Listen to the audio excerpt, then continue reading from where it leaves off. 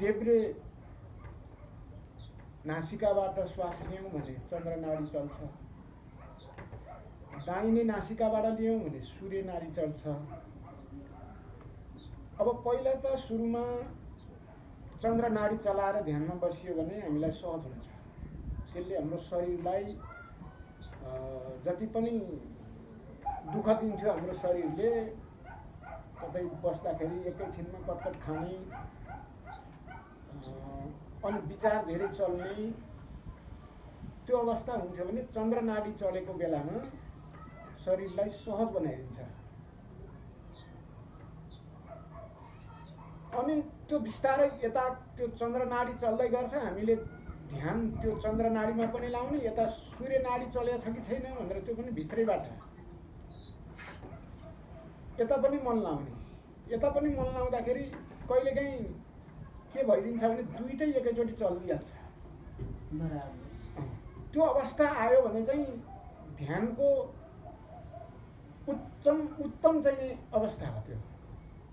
अनि त्यहाँ त्यो दुईटा चलेपछि अर्को सुषुम्ना पनि आफसे आफ त्यो चाहिँ अटोमेटिक आफै चल्छ। जस्तो गङ्गा र यमुना दुईटा आएर सङ्गम भयो, त्यो सङ्गममा सरस्वती आफै छन्। त्यस्तै हाम्रो यो दुईटा नाडी ध्यान गर्दाखेरि थाहा पाइन्छ आफैले। त्यसलाई कतिपय पहिला सुरुमा थाहा हुँदैन, अम्लाले यसो नाकमा छाम्ने, कुन चाहिँ बढी चलेको छ त्यो थाहा पाइदिइहाल्छ। त्यसरी थाहा हुन्छ कुनबाट खुलिहाल्छ, कुन नासिका खुलिहाल्छ। चन्द्रभेदन सूर्यभेदन भन्ने। अनि त्यसपछि हामीलाई के हुन्छ भने यसबाट चाहिँ शरीर शुद्धि बनाइदिन्छ।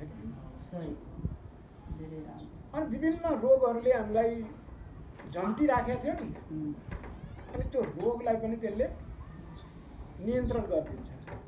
किनभने सबै शरीर त ब्लकेज भएर नै बन्द भएर नै हामीलाई रोगले सताउने हो। अनि यी नाडीहरू सञ्चालनमा आफै आउन थालेपछि त ध्यान त 24 घण्टा हुन्छ। कबीर साहब चाहिँ के भन्नुहुन्छ भने साधो सहज समाधि भने।